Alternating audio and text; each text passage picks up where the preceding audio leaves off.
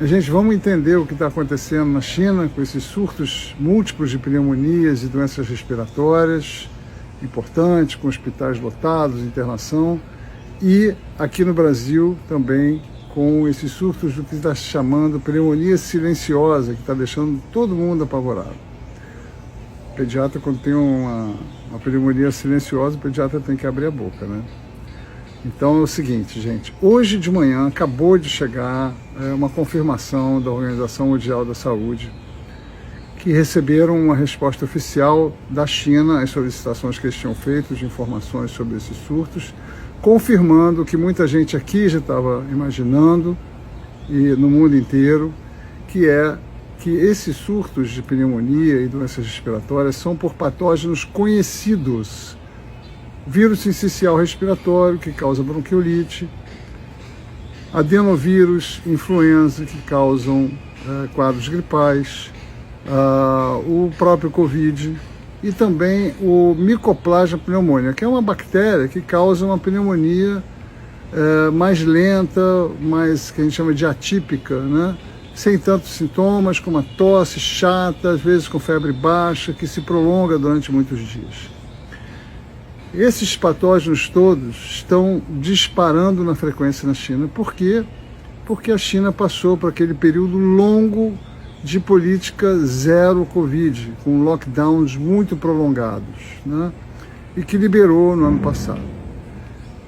O que está acontecendo na China foi exatamente o que aconteceu aqui em 2021 e 2022, só que na China aquilo toma proporções gigantescas, porque é muita gente, e também por causa das condições demográficas lá da China, que a gente viu aqui também, um disparo de infecções. Olha, gente, o primeiro semestre de 2021 e o primeiro semestre de 2022 não foram moleza, porque quando as pessoas começaram a sair, disparou o número de infecções respiratórias em criança, que são as mais suscetíveis, de uma forma absurda, como eu nunca tinha visto antes, e nenhum pediatra. A gente conversava muito sobre isso, todo mundo estava exausto, as emergências lotadas, né? E muitas crianças internando, com influenza grave, com bronquiolites graves. Isso ainda está acontecendo e vai acontecer de novo no período aí a partir de final de fevereiro, março, até junho no Sudeste, começando mais cedo no Norte e Nordeste, começando no início de fevereiro,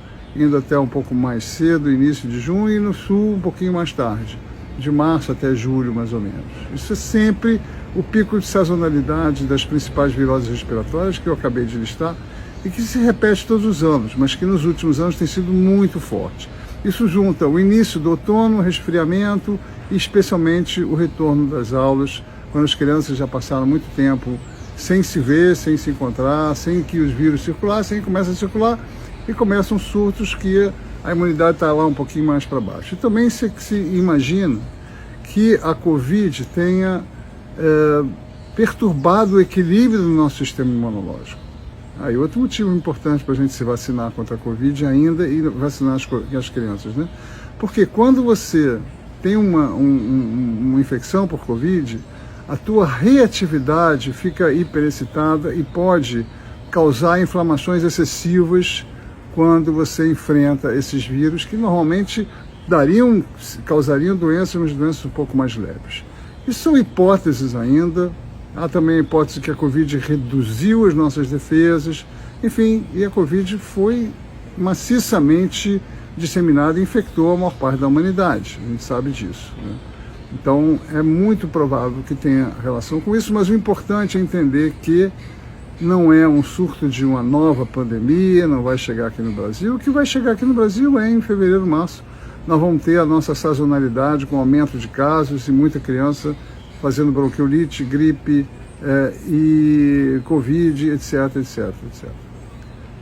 Sobre o surto de pneumonia silenciosa no Brasil, a gente está vendo aqui nas conversas entre pediatras, nos grupos de troca de informação, nas relações com os hospitais, também um aumento de casos de Mycoplasma pneumoniae, que é essa bactéria que causa uma pneumonia mais lenta e pode ser chamada de mais silenciosa porque ela não dá febre alta, porque ela não dá uma queda no estado geral importante. Às vezes, né? Pode dar também.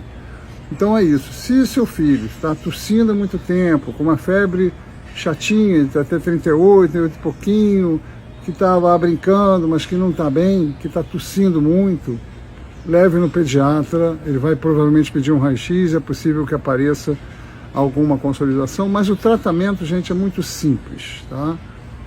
São antibióticos que a gente chama de macrolídeos, nenhum mistério, a chance de cura são altíssimas e a chance de ter um quadro grave com essa bactéria é muito pequena, a não ser para os bebezinhos que não costumam se infeccionar tão facilmente.